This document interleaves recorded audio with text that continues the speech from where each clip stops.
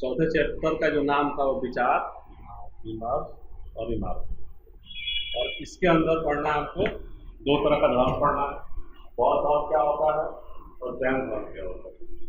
बौद्ध धर्म के अंदर तो बौद्ध धर्म की शुरुआत कहाँ से हुआ, किसने किया था, पहले बौद्ध धर्म ही देख लेते हैं। तो बौद्ध धर्म की शुरुआत जो करने वाले थे गौतम बुद्ध थे, उनका नाम था गौतम बुद्ध। जन्म जो हुआ था वो 563 ईसा पूर्व पहले हुआ था, ठीक है। जन्म स्थान लुम्बिनी था। पिता का नाम राजा सुशोधन था।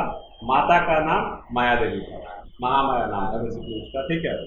इनकी माता माया देवी की मृत्यु जन्म के 7 दिन के बाद हुआ था। बेसिकली जब जन्म हुआ था तो 7 दिन के बाद उसकी माता का मृत्यु हो गया था। और उनकी जो लालन पोषण हो गया की थी, उनकी मौसी थी गौतमी। दाई कहीं कहीं दाई भी लिखता है, कहीं कहीं मौसी भी लिखता है उसी पर। तो उनकी मौसी थी गौतमी, जिनके द्वारा उनका लालन पोषण किया गया था, ठीक है। बचपन से ही बचपन में इन्होंने सिद्धार्थ कहा था। बेसिकली बचपन का जो नाम था इनका सिद्धार्थ नाम था, मतलब बचपन में जो नाम था सिद्धार्थ था। इनका बचपन सभी सुखों से समृद्ध था, मतलब जो हर फैसिलिटी था इनको मिल जाता। बेसिकली 16 वर्ष की आयु में इनका शादी हो गया यशोधरा के साथ। 16 साल की उम्र में शादी हो गई यशोधरा के साथ। शादी के बाद इनका लड़का हुआ जिसका नाम रखा गया राहुल, ठीक है। तो गौतम बुद्ध के लड़के का नाम क्या हुआ, राहुल होगा, ठीक है। महल में बड़े होने के कारण सिद्धार्थ को बाहरी दुनिया का ज्यादा नहीं देखा था। बेसिकली महल में ही लालन पोषण हुआ था, महल के अंदर ही रहा था, और बाहर कभी क्या भी नहीं था। उसका शिक्षा से लेकर हर चीज की व्यवस्था महल के अंदर ही हुआ, ठीक है। पाने का मतलब इसके पीछे कहानी है कि जब इसका कुंडली देखा जाता है ना, राजा जब के यहाँ जब कोई बच्चा पैदा होता है तो अभी वो बोल दिया गया था कि ये बच्चा जो आगे चल के सन्यासी बन जाएगा और घर त्याग देगा। तो इस वजह से जो राजा वहाँ का था वो क्या किया था कि उसको घर के अंदर ही सबरा व्यवस्था करा दिया था। जो घर में ही पढ़ना है, घर में ही रहना, कहीं बाहर नहीं जाना है। उसके क्षेत्र से जितने गरीब लोग थे, जितने दुखी लोग थे, जितने बीमार लोग थे, जितने बूढ़े लोग थे, सबको उस राज्य से बाहर निकाल दिया गया। जो ना दुख कभी देखेगा ना कभी बाहर जाएगा, ठीक है। एक बार जब वो महल से बाहर गए तब उन्हें एक गरीब मिला, एक बीमार मिले। दुखी लोग को देखकर उन्हें एहसास हुआ कि जीवन की असली सच्चाई क्या है। मतलब जो सारा सुख सुविधा का राज भोग रहा है वो कभी बाहर निकल जाए बाहरी दुनिया में। वहाँ गरीब मिले, भूख से तड़पते हुए लोग मिले, दुखी लोग मिले, वो सबको देख कर उनको एहसास हुआ कि जो हम रहते हैं, जहाँ हम रहते हैं, जीवन की सच्चाई वो नहीं है। असल में जीवन की सच्चाई ये है, ठीक है। तो इस तरह महल में रहकर वह जीवन की सच्चाई से बच नहीं सकते, ठीक है। बौद्ध के मन में जीवन को समझने और दुखों से छुटकारा पाने की इच्छा जगी। इसलिए इस चीज को देख के उनके मन में एक इच्छा जगी जे जीवन क्या है, इस चीज को पहले समझा जाए, और जो कष्ट है, जो दुख है, उससे छुटकारा कैसे पाया जाएगा। अपनी इसी इच्छा को पूरा करने के लिए 29 वर्ष की आयु में राजमहल छोड़ दिया, ठीक है। अनेक जगह पर घूमे। अंत में जाकर मगध राज के क्षेत्र में 35 वर्ष की उम्र में बौद्ध को ज्ञान प्राप्त हुआ, जिसे हम कहते हैं निर्वाण। जो ज्ञान प्राप्त हुआ उस चीज को कहते हैं निर्वाण। इन्होंने अपनी पहली शिक्षा सारनाथ में दी, और पहला जो शिक्षा दिया वो सारनाथ में दी, और धर्माकर्म परिवर्तन इसे कहा जाता है। 483 ईस्वी में कुशीनगर में 80 वर्ष की आयु में बौद्ध की मृत्यु हो गई। 483 में उनकी मृत्यु हुई, और जन्म कब हुआ था, 563 में। 563 में जन्म हुआ था, 483 में उनकी मृत्यु हो गई। और इसे कहा जाता है महापरिनिर्माण कहा जाता है। जब इनका कुशीनगर में मृत्यु हुआ 80 साल की उम्र में, उसी चीज को कहा जाता है महापरिनिर्माण, ठीक है। और बौद्ध धर्म के ज्ञान और विकास इसका कैसे हुआ। बौद्ध धर्म के अलग अलग शिक्षक आपस में वाद विवाद चिंतन द्वारा ज्ञान प्राप्त करते थे। बेसिकली कोई भी चीज आपस में ही डिस्कस करके अपना ज्ञान बढ़ा देते। इस दौर में अलग अलग शिक्षक अनुयायियों को साथ अलग अलग जगह पर घुमा करते थे और शिक्षकों से चर्चा करते थे। बेसिकली घूमते थे, अलग अलग अनुयायियों से चर्चा करते थे, अपना शिक्षा बढ़ाते थे। दो शिक्षकों की चर्चा में जो शिक्षक सामने वाले की बातें को समझा देता था, उससे सहमति प्राप्त कर लेता था, वो उसका गुरु बन जाता था। मतलब दो आदमी बात कर रहे हैं, अगर मैं किसी बात पर तुमको सहमत कर दूँ तो मैं तुम्हारा गुरु, तुम किसी बात पर सहमत कर ले तो तुम मेरे गुरु। यही था, ठीक है। इस चर्चा में सहनशीलता और समझदारी भी होती थी। बेसिकली लड़ाई नहीं होता था, सहनशीलता होती थी, समझदारी के साथ चर्चा करते थे। ये चर्चाएं कुट गरासाल में हुआ करती थी। बेसिकली एक लकड़ी के जो फूस का जो घर होता है उसी के अंदर, उसे कुटिया कहा जाता है, उसी के अंदर होता था। ठीक है।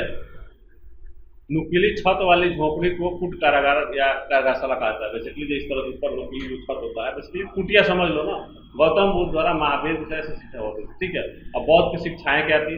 तो बौद्ध धर्म के अनुसार 4 आर्य सत्य है और 8 गो मार्ग है। बौद्ध धर्म के अनुसार 4 गो सत्य है और 8 गो मार्ग है। दुनिया दुखों और कष्टों से भरी है। जो 4 गो आर्य सत्य है, पहला सत्य जो है, दुनिया दुख और कष्ट से भरी हुई है।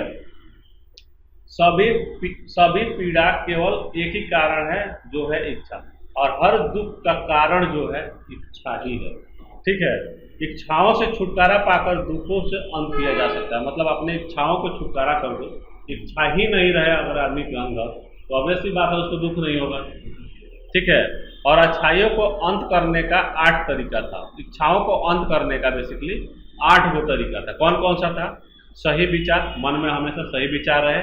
सही विश्वास, विश्वास सही हमेशा बनाए रहे। सही बात करें, सही कर्म करें, सही जीविका जिए, सही प्रयास करें, सही स्मृति रखें और सही समाधि लें। ये 8 गो तरीका था। और बौद्ध संगीत क्या था, इसके बाद आते हैं।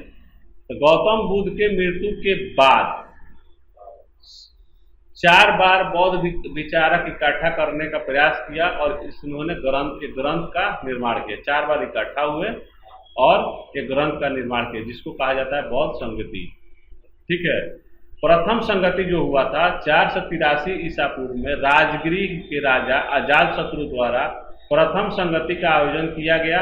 इस दौरान विनय पटिक और सुत्त पटिक की रचना की गई। 483 में राजा अजातशत्रु एक राजा था, पढ़े हो गए, आएगा भी, जो प्रथम संगति का आयोजन किया था बौद्ध से रिलेटेड। और इस दौरान जो बनाया गया वो विनय पटिका और सुत्त पटिका की रचना की गई। बुक था जिसकी रचना की गई। द्वितीय संगति जो हुआ था 383 ईस्वी में वैशाली के द्वितीय संगति का आयोजन किया गया था। कब किया गया था? 383 में। कहाँ पर? वैशाली। वैशाली कहाँ है? ये हमारे पास में है। ठीक है। तृतीय संगति कब हुआ? तृतीय संगति का आयोजन 250 ईस्वी में पाटलिपुत्रा में कराया गया। पाटलिपुत्रा डेट मीन्स पटना में। ठीक है। इस दौरान त्रिपिटक नाम की रचना कराई गई। और चौथा संगति कब हुआ? इसका आयोजन राजा कनिष्क के द्वारा 72वें ईस्वी में कराई गई, ईसा पूर्व में कराई गई। इस दौरान बौद्ध धर्म को 2 भागों में बांट दिया गया। इस समय ही बौद्ध धर्म को 2 भागों में बांट दिया। पहला कहा गया महायान, दूसरा कहा गया हीनयान। महायान क्या होता है? यह बौद्ध धर्म के समर्थक थे जो बौद्ध को भगवान मानते थे और भगवान के रूप में पूजा करते थे। जो महायान लोग होते थे वो बौद्ध को भगवान मानते थे, बौद्ध की पूजा करते थे। हीनयान क्या होता है? बौद्ध के समर्थक मानते थे, लेकिन बौद्ध को समान लोगों की तरह उनसे ज्ञान प्राप्त हुई, इसीलिए उन्हें ज्ञान पर विश्वास किया जाना चाहिए और ज्ञान को बौद्ध के ऊपर रखते थे। बेसिकली क्या था? ये बौद्ध धर्म के समर्थक ये भी थे, लेकिन बौद्ध भी समान लोगों की तरह थे। ये बेसिकली इसको बौद्ध को भगवान नहीं मानते थे, जनरल लोगों की तरह मानते थे। ज्ञानी थे लेकिन जनरल आदमी थे, ये कहते थे। ये हीनयान थे और महायान में ये डिफरेंस है। अब त्रिपिटक के 3 पिटारे। अब त्रिपिटक जो बना था हमारा, रचना हुआ था, इनमें से जो 3 पिटारे थे। 3 पिटारे क्या था? विनय पटिक, बौद्ध संघ के नियम। विनय पटिक में बौद्ध संघ के नियम को वर्णन किया गया है। सुत्त में पटिक के जो उद्देश्य होते हैं उसको किया गया है। अधीन पटिक में, अभिधम पटिक में दार्शनिक सिद्धांत दिए गए हैं। ठीक है। अब बौद्ध धर्म का प्रचार कैसे होता था? बौद्ध बुद्ध से प्रभावित होकर बहुत सारे लोग इनके साथ शामिल हो गए और एक संघ का निर्माण हुआ। बेसिकली एक आदमी से प्रभावित होकर बहुत सारे लोग जब जुड़ने लगे तो एक संघ का निर्माण हुआ। इस संघ में सभी लोगों को सादा जीवन जिया करते थे। बेसिकली एकदम सादा जीवन जीते थे। केवल जरूरत की चीजें ही रखा करते थे, फालतू की चीज कुछ भी नहीं रखते थे। ठीक है। शुरुआत में केवल पुरुष ही इस संघ के सदस्य बन सकते थे। बाद में महिलाएं भी संघ में शामिल होने की अनुमति दी गई। संघ में शामिल पुरुष को भिक्षुक कहा जाता था। जो संघ में जो पुरुष होते थे उसको भिक्षुक कहा जाता था और महिलाओं को भिक्षुणी कहा जाता था। ठीक है। और भगवान गौतम बुद्ध की माता प्रजापति गौतमी, जो गौतमी थी, जो इनकी लालन पोषण की थी, संघ में शामिल होने वाली पहली महिला बनी। मतलब गौतम बुद्ध के संघ में शामिल होने वाली पहली महिला कौन थी? तो वो थी गौतमी, जो गौतमी बेसिकली प्रजापति गौतमी, जो उनकी माता थी, मतलब जो उनकी माता थी, माता के तौर पर थी, जो उनकी लालन पालन की थी, जो उनकी मौसी करते थे, मौसी थी। ठीक है। इस संघ में समाज के सभी वर्ग को शामिल किया जाता था, मतलब समाज के हर वर्ग के लोग इसमें शामिल होते थे। उदाहरण के लिए राजा भी होता था, व्यापारी भी होते थे, किसान भी होते थे, शिल्पकार भी होते थे, और ये सभी एक बराबर माना जाता था, सबका एक बराबर माना जाता। ये नहीं ये राजा है तो उसको ऊपर बैठा दें, ये निम्न काम करने वाला जिसको नहीं, सबकी वैल्यू एक बराबर थी, सब एक बराबर थे। आप राजा होंगे तो अपने घर के लिए, संघ में सब एक बराबर, यही चीज था। स्तूप क्या कहते हैं? अब स्तूप किसको कहते हैं? स्तूप कहते हैं महापरिनिर्माण, यानी गौतम बुद्ध के मृत्यु के बाद जो महापरिनिर्माण हुआ उसके अवशेष को रखने के लिए एक जगह बनाई गई जिसको स्तूप कहा जाता है। बेसिकली जब मरे थे तो उनके अवशेष को रखने के लिए जो जगह बनाया गया था उसको स्तूप कहते हैं। इसमें सबसे महत्वपूर्ण जो स्तूप है सांची का स्तूप है। ठीक है। यह भारत के राज्य मध्य प्रदेश राजधानी भोपाल के पास स्थित सांची नामक गांव में है। ठीक है, भोपाल में है जो। यह बौद्ध धर्म से संबंधित एक महत्वपूर्ण स्थान है सांची। ठीक है। स्तूपों का निर्माण मुख्य रूप से राजाओं, व्यापारियों, शिल्पकारों आदि द्वारा दिए गए दान से किया जाता था। जो स्तूप बनवाया जाता था तो जो भी राजा दान देते हैं, व्यापारी दान देते हैं, शिल्पकार दान देते हैं, उनके पैसों से बनवाया जाता था। स्तूप की संरचना कैसे होती थी? तो स्तूप की रचना में विशेष रूप से ध्यान दी जाती थी या विशेष रूप से की जाती थी। किस तरह से? सबसे नीचे का गोलाकार गुलंब होता था जिसे अंड कहते थे। जो सबसे नीचे गोलाकार होता था उसको अंड कहते थे। उसके ऊपर एक छजा निकाला जाता था जिसे हार्मिका कहते हैं, और उसके ऊपर सीधी खड़ी संरचना होती थी जिसे यष्टि कहते हैं। और सबसे ऊपर एक क्षत्रिय जैसे संरचना होती है उसे छत्र कहा जाता है। ठीक है। अब स्तूप का बचाव किस तरह किया गया? सांची के स्तूप की बात करें तो अंग्रेजों के दौर में फ्रांसीसियों और अंग्रेजों के ने स्तूप में खासी दिलचस्पी दिखाई और स्तूप के बाहरी तोरण, बेसिकली बाहरी जो दरवाजा होता है, उसे बहुत पसंद आया और वह अपने साथ ले जाना चाहते थे। जो स्तूप था भोपाल का, उसके जो बाहरी तोरण था, बाहरी जो बनावट था, उसको एज ले जाना चाहते थे यहाँ से बाहर। परंतु उस समय वह रानी शाहजहां बेगम द्वारा इस जगह की रक्षा की गई। बेसिकली शाहजहां बेगम थी, उसने क्या की? इस जगह की रक्षा की। उन्होंने क्या किया? तोरण दौर की प्रकृति बनवाई, बेसिकली उसका कॉपी बनवाया एक। ठीक है। अंग्रेजों को सौंप दी। यह प्रकृति बिल्कुल तोरण द्वार जैसा था। बेसिकली उसका एक कॉपी बनवाया गया। ठीक है। और उससे अंग्रेजों को सौंप दिया गया। इस तरह से उन्होंने सांची के स्तूप की रक्षा की। साथ ही साथ उन्होंने वहां एक अतिथि गृह और संग्रहालय का निर्माण भी करवाया, जो सांची स्तूप में रख रखाव पर खास जोर दिया गया। ठीक है। तो ये सांची के स्तूप की बात करते हैं। अब इसके बाद देखें अमरावती का स्तूप। अमरावती का स्तूप क्या होता है? इसके विपरीत अमरावती का स्तूप खास रख रखाव न किए जाने के कारण वर्तमान में वो खंडहर बन चुका है। बेसिकली अमरावती का जो स्तूप है उसका अगर रख रखाव नहीं किया गया, इसलिए वो अभी खंडहर बन चुका है। पुराने समय के लोगों को ऐसा लगा कि स्तूपों के नीचे खजाना है, मतलब जो पुराने समय के लोग थे अमरावती वाला स्तूप में, तो लोगों को लगा यहाँ नीचे खजाना है। यह सोचते हुए उन्होंने वहाँ पर खुदाई शुरू की, जिसके प्रयास में यह स्तूप खंडहर बन गया। अब लोग खुदाई कर देगा तो खंडहर हो ही जाएगा, कुछ मिला चाहे ना मिला। उसके बाद हमारा ये बौद्ध धर्म यहाँ खत्म होता है। अब बात करते हैं जैन धर्म की। जैन धर्म क्या होता है? जैन धर्म में शिक्षकों को तीर्थकार कहा जाता है। जो शिक्षक होते हैं उनको शिक्षक न कहकर तीर्थकार कहा जाता है। ठीक है। अन्य धर्मों की तरह इसमें एक मुख्य व्यक्ति नहीं होता है। जैन धर्म में आज तक 24 तीर्थकार हुए, जिनमें से जैन धर्म में बहुत अहम भूमिका निभाई है। उसमें 24 गो गुरु हुए अभी तक जैन धर्म के, जिन्होंने अपनी अहम भूमिका निभाई है। जो जैन धर्म के प्रथम तीर्थकार था, मतलब जिसने स्थापना की जैन धर्म की, वो थे स्वामी ऋषभ देव आदिनाथ सुगम। ठीक है। और 23वें तीर्थकार जो थे पार्श्वनाथ थे, और चौथे और अंतिम तीर्थकार थे भगवान महावीर। भगवान महावीर का नाम सुना। ठीक है। अब जैन धर्म में शिक्षाएं किस तरह दी जाती थी? तो जैन धर्म में अहिंसा सबसे महत्वपूर्ण सिद्धांत था। अहिंसा मीन्स हिंसा होता है लड़ाई झगड़ा, अहिंसा लड़ाई झगड़ा नहीं करना है। ठीक है। जैन धर्म के अनुसार संसार में उपस्थित हर चीज में हर चीज जीवित है। बस इसलिए जैन धर्म के अनुसार संसार में जितना चीज तुम देख रहे हो वो हर चीज जीवित है। हाँ, इनके अनुसार प्रत्येक सजीव या निर्जीव चीज में जान होती है, सजीव में और निर्जीव में जान होती है उनके अनुसार। ठीक है, इसीलिए मनुष्यों को सभी के प्रति अहिंसा रखना चाहिए। किसी भी प्रकार के पेड़ पौधे, कीड़े मकोड़े, जानवरों, मनुष्यों को नहीं मारना चाहिए इनके अनुसार। ठीक है, जैन धर्म के अनुसार जन्म और पुनर्जन्म का चक्र मनुष्यों के कर्म पर चलते रहता है। बेसिकली इंसान जो है जन्म और पुनर्जन्म का चक्र चलते रहता है उसके कर्म के अनुसार, जैन धर्म के अनुसार। मनुष्यों को का जीवन का उद्देश्य इस चक्र से बाहर निकलकर मोक्ष प्राप्त करना होता था। बेसिकली जो मनुष्य होते थे उसको इस चक्र से बाहर निकलकर मोक्ष प्राप्त करना होता था। ठीक है, इस मोक्ष की प्राप्ति केवल त्याग और तपस्या से की जा सकती है। मतलब मोक्ष की प्राप्ति जो है त्याग और तपस्या से की जा सकती है। इसीलिए जैन धर्म में त्याग और तपस्या एक अनिवार्य नियम बनाया गया है। मतलब हर सबको त्याग करना है और तपस्या करना है। ठीक है, जैन धर्म के साधु और साध्वी के 5 व्रत, जैन धर्म के जो साधु और साध्वी होते हैं उनके 5 व्रत होते हैं। कौन कौन से? पहला सत्य, जैसे कि झूठ नहीं बोलना, पहला व्रत। दूसरा अस्ते में चोरी नहीं करना। तीसरा अपरिग्रह, मतलब धन इकट्ठा नहीं करना। चौथा ब्रह्मचर्य, बेसिकली ब्रह्मचर्य का पालन करना, शादी नहीं करना। अहिंसा, हत्या नहीं करना। ये 5 इनके व्रत है। तो जैन धर्म के व्रत के बारे में पूछेगा तो ये 5 लिख देना, आंख बंद करके। ठीक है, जैन धर्म का प्रचार किस तरह हुआ?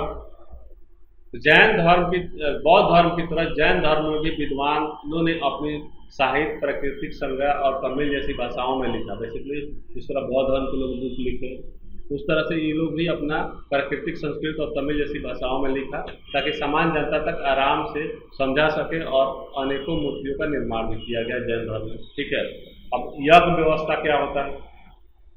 यज्ञ व्यवस्था, तो इस दौर भारत में कई क्षेत्रों में यज्ञ की व्यवस्था प्रचलित थी। उस दौर जब ये जैन धर्म और बौद्ध धर्म था उस दौरान भारत के कई ऐसे क्षेत्र थे जहाँ यज्ञ की व्यवस्था बहुत टाइट थी, की जा रही थी। यह यज्ञ सामूहिक अनुष्ठान में हुआ करता था। बेसिकली सामूहिक हुआ करता था, देवी देवताओं को प्रसन्न करने के लिए होता था, सुख शांति की प्राप्ति के लिए किया जाता था। ठीक है, अब यज्ञ के कारण क्या क्या हो सकते हैं? तो देवी देवताओं को प्रसन्न करने के लिए, मवेशियों के लिए, पुत्र प्राप्ति के लिए, लंबी आयु के लिए, सुख संपत्ति के लिए, अच्छे स्वास्थ्य के लिए और समृद्धि के लिए यज्ञ किया जाता था। ठीक है, यज्ञ कौन करवाता था? ये तो यज्ञ किस टाइप का यज्ञ होता था? अब यज्ञ करवाता कौन था? शुरू में यज्ञ सामूहिक रूप से किए जाते थे। जब शुरुआत हुआ था यज्ञ जो है सामूहिक रूप से किए जाते थे, परंतु कुछ समय के बाद राजाओं, व्यापारियों के घर के मालिकों द्वारा भी करवाए जाने लगे और कुछ यज्ञ विभिन्न लोगों के दान इकट्ठा भी करके करवाना। बेसिकली शुरू में ये क्या होता था, सामूहिक होता था, बाद में राजा लोग भी करवाने लगे अपने घर में। उसके बाद कुछ व्यापारी लोग थे वो भी अपने घर में करवाने लगे। उसके बाद कुछ लोग आके ये पैसा इकट्ठा करके सामूहिक भी करा लेते थे गाँव के गाँव। ठीक है, अब यज्ञ के प्रकार क्या होता है? कुछ यज्ञ समान हुआ करते थे, बेसिकली जनरल होते थे। उसका उद्देश्य देवी देवताओं को प्रसन्न करना और सुख समृद्धि होता था, जबकि कुछ यज्ञ कठिन हुआ करते थे। अब उदाहरण के लिए राजसूय यज्ञ। राजसूय यज्ञ क्या होता है? यह यज्ञ राज अभिषेक के दौरान कराया जाता है। मतलब कोई राजा बना, उसका राजा अभिषेक किया जा रहा है तो उसको कहा जाता है राजसूय यज्ञ। आसान शब्दों में समझो तो जब कोई व्यक्ति राजा बनता है उस समय यह करवाया जाता है। अब अश्वमेध यज्ञ क्या होता है? इसका तो नाम सुने होंगे। अश्वमेध यज्ञ होता है, यह काफी जटिल हुआ करता था। इसे केवल प्रतापी राजा ही करवाते थे। अब इसमें क्या होता है? इस यज्ञ के अंतर्गत एक घोड़े को तैयार किया जाता है, उसको सजाया जाता है, ठीक है, और उस घोड़े को छोड़ दिया जाता है। बस पूजा पाठ कराया जाएगा और उसको छोड़ दिया जाएगा। उस घोड़े को छोड़ दिया जाता है और उस घोड़ों के साथ राजा के सिपाही पीछे पीछे जाते हैं। घोड़ा पर कोई कंट्रोल नहीं होता है, घोड़ा जिधर जाएगा उधर राजा के सिपाही भी जाएंगे पीछे पीछे। ठीक है, और वह घोड़ा आज़ादी से कहीं भी जा सकता था। वही बात कर रहे हैं ना, कहीं भी जा सकता है। जब वह घोड़ा किसी दूसरे राज्य में जाता था, मतलब अब जैसे ये मेरा राज्य है, अब यहाँ से दूसरे राज्य में चला गया, तो जब वो दूसरे राज्य में जाता था तो उस राज्य के राजा के पास 2 विकल्प होता था। अब जैसे तुम्हारे राज्य में चला गया तो तुम्हारे पास 2 विकल्प है। पहला, या तो उस राजा के अधीन हो जाए, अपनी हार मान ले, मतलब या तो आपको हार मान लेना है, राजा का अधीन हो जाना है, नहीं तो या फिर उस राजा से युद्ध करो जिसने अश्वमेध यज्ञ करके घोड़ा छोड़ा। दो ऑप्शन है, या तो मेरे अधीन आ जाओ नहीं तो हमसे युद्ध करो, सीधा सा बात है। इसी वजह से वह घोड़ा जिस जिस जगह जाता था सभी क्षेत्र उस राजा का अधीन हो जाता था, या फिर उस क्षेत्र के राजा अश्वमेध राजा को युद्ध करना पड़ता था, बेसिकली युद्ध करना पड़ता था उस राजा से। इसलिए इस युद्ध को केवल प्रतापी और शक्तिशाली राजा ही किया करते थे ये काम। अश्वमेध यज्ञ जो कराया गया था वो समुद्रगुप्त के द्वारा कराया गया था, विक्रमादित्य के द्वारा कराया गया था, श्री राम के द्वारा भी किया गया था और युधिष्ठिर के द्वारा भी किया गया था ये। अब श्री राम के द्वारा जो किया गया था रामायण में तुम पढ़े होंगे, जो श्री राम के द्वारा जो घोड़ा छोड़ा गया था उनका लड़का लव कुश ने रोका था, तो वही कहानी बेसिकली ये हमारा अश्वमेध यज्ञ है, ठीक है। अब बौद्ध धर्म जैन धर्म में ब्राह्मण व्यवस्था क्या थी और ब्राह्मण व्यवस्था तीनों का कंपेयर करते हैं आप, इससे बौद्ध धर्म क्या था, जैन धर्म क्या था और ब्राह्मण व्यवस्था क्या थी, ठीक है। बौद्ध धर्म और जैन धर्म में द्वारा ब्राह्मण व्यवस्था पूरी तरह से इसने नकार दिया। बेसिकली बौद्ध धर्म और जैन धर्म ने ब्राह्मण व्यवस्था को पूरी तरह से नकार दिया, ये गलत है, ब्राह्मण व्यवस्था गलत है। इसके द्वारा जाति व्यवस्था वर्ण व्यवस्था पर विरोध किया गया, मतलब जो जाति व्यवस्था था वर्ण व्यवस्था था उस पर विरोध किया गया। समाज में समानता स्थापित की बात की गई, बेसिकली समाज में एक समानता होनी चाहिए।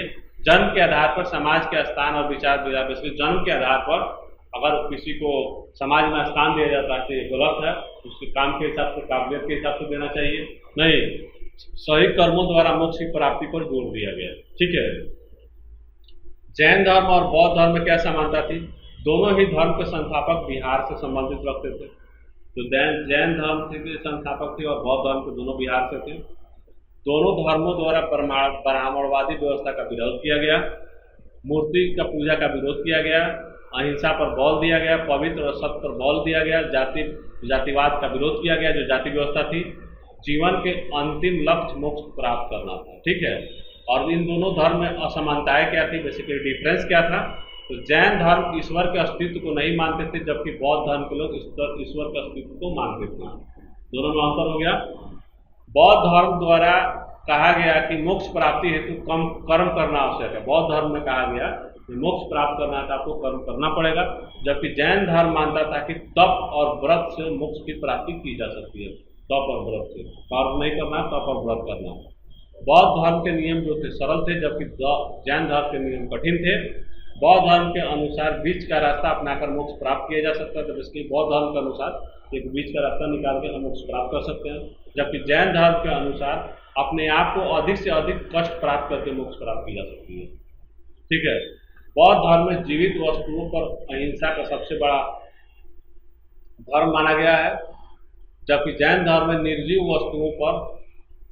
वस्तुओं को भी जीवित वस्तु माना, इसके प्रति अहिंसा पर जोर दिया गया है, ठीक है। जबकि बौद्ध धर्म में खाली जीवित वस्तुओं पर ही कहा गया है अहिंसा नहीं करना, जबकि जैन धर्म में जीवित और निर्जीव, सजीव और निर्जीव दोनों पर अहिंसा नहीं करना, ठीक है। बौद्ध धर्म के प्रचार के लिए संघ हुआ करते थे जबकि जैन धर्म के प्रचार के लिए प्रचारक हुआ करते थे, तो ये डिफरेंस हो गया इसमें। तो ये हमारा चैप्टर होता है